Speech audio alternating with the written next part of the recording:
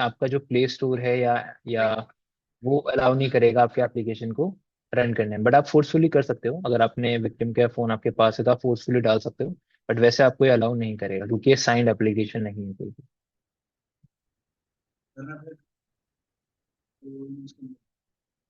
क्या बताओ। हाँ रैट आप यूज कर, रैट को भी नहीं, रैट को भी अलाउ नहीं करता, मतलब आपको बोलेगा वही कि अनवेरिफाइड एप्लीकेशन है वो। रैट क्योंकि रैट का भी जो सॉफ्टवेयर है ना आपको गिटहब वगैरह से मिलता है, कोई वेरीफाइड उस पे एंटिटी का नहीं लगा, हो ही नहीं सकता क्योंकि वो मैलिशियस एप्लीकेशन है, तो उस पर आप लगा ही नहीं सकते। तो ये कमांड है जो आपका एंड्रॉइड के लिए एक मैलिशियस एप्लीकेशन बनाएगी।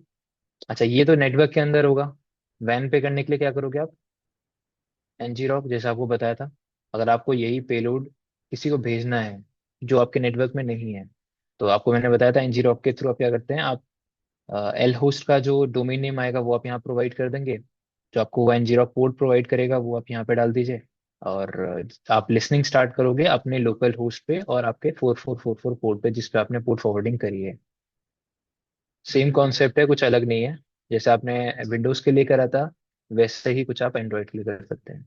इसके बाद क्या स्टेप्स थे, आपको जब एमएसएफ कंसोल स्टार्ट करने के बाद लिसनिंग स्टार्ट करते हैं, तो लिसनिंग स्टार्ट करते समय आपको क्या करना था, बताइए।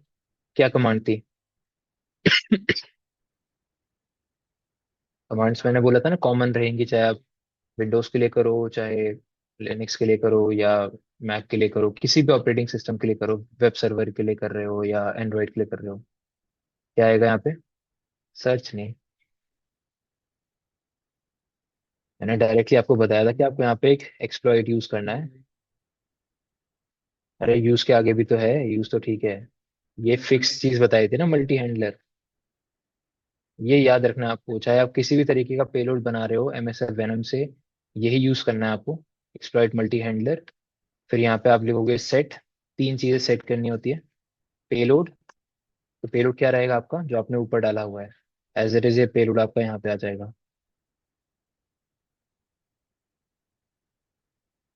सेकंड क्या होगा? L host.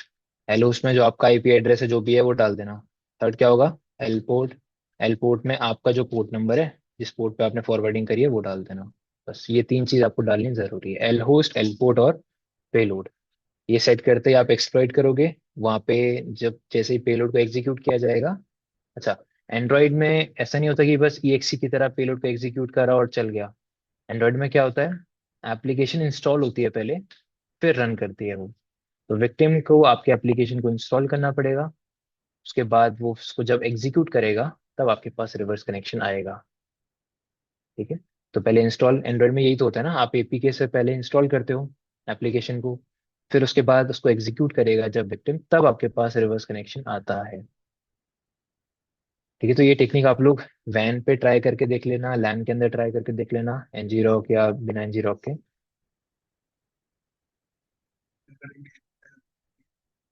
हाँ, तो पीडीएफ को आप एम्बेड एम्बेड करने के लिए पहले ये एसी टूल किट काम करता था। अगर आपने एसी टूल किट को थोड़ा और एक्सप्लोर किया हो, उसमें पेलोड को एम्बेड करने का ऑप्शन आता है किसी पीडीएफ या किसी फाइल के अंदर।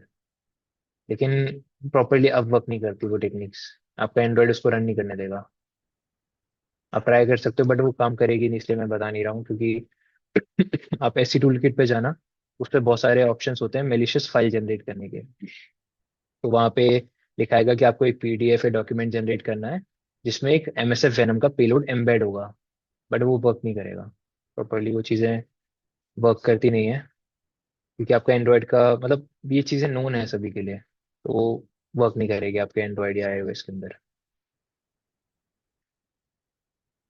ठीक है, तो ये चीज़ें आप लोग लिख लीजिए अब। जो मेन हमारा वो है, अच्छा एंड्रॉयड के लिए और एंड्रॉयड के लिए कुछ एप्लीकेशंस भी आती हैं जो स्कैन कर सकती हैं। जैसे एक एंड्रॉयड प्ले स्टोर पे मिल जाएगी आपको, उसका नाम है पोर्ट ड्रॉयड। एक बार सर्च करो प्ले स्टोर के अंदर जाके। पोर्ट ड्रॉयड नाम की एक एप्लीकेशन है, रेड कलर का आइकन होगा उसका। वो आपको लोकल नेटवर्क के अंदर या किसी पब्लिक डिवाइस को एनमैप करने में, स्कैन मतलब पोर्ट स्कैनिंग करने में हेल्प करेगी। और हुइज, हाँ ये वाला हुइज लुकअप वगैरह आप परफॉर्म कर सकते हो। Droid, DROID।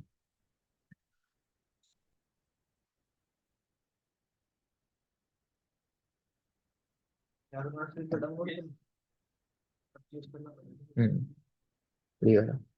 तो ये आप डाउनलोड कर सकते हो पोर्ट्रेट के नाम से, तो ये आपको क्विज कर सकते हो इससे, आप आईपीस को पिंग कर सकते हो, स्कैन कर सकते हो, और मतलब है 7-8 चीजें जो आप इससे परफॉर्म कर सकते हो, क्योंकि इसके अलावा ऐसी कोई एप्लीकेशन अभी तक थी नहीं जो आप कर पाए यूज।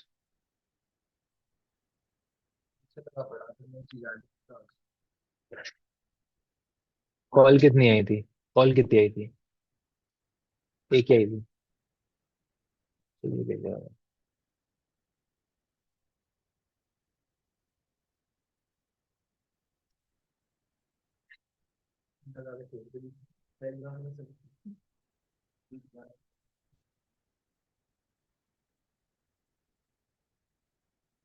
आराम से। चलिए यहाँ तक समझ आ गया सभी को। अब नेक्स्ट क्लास में हम लोग एबीडी एडीबी का जो प्रैक्टिकल है वो परफॉर्म करेंगे। ठीक है। एडीबी के साथ एक और टूल यूज करके देखेंगे जिसका जो गिटहब पे आपको मिल जाएगा, उसका नाम है फोन्सप्लॉयट। फोन्सप्लॉयट। ठीक है, फोन्सप्लॉयट और एडीबी एक ही तरीके से काम करते हैं, तो उसको हम लोग यूज करके देखेंगे नेक्स्ट क्लास के अंदर। क्या? यार वो आपके उस पे एंड्रॉइड पे वर्जन पे डिपेंड करता है, बहुत ज्यादा लंबा चल रहा है प्रोसेस तो 1 घंटा भी ले सकता है।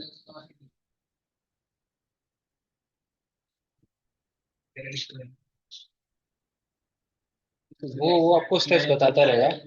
वो स्टेप्स बताता रहेगा। मतलब वो जो आपको गाइड करेगा, इसलिए वो गाइड कर रहा है ना। रिबूट करा होगा उसने 1-2 बार शायद डिवाइस करके, वो खुद ही सारी चीजें कर लेगा।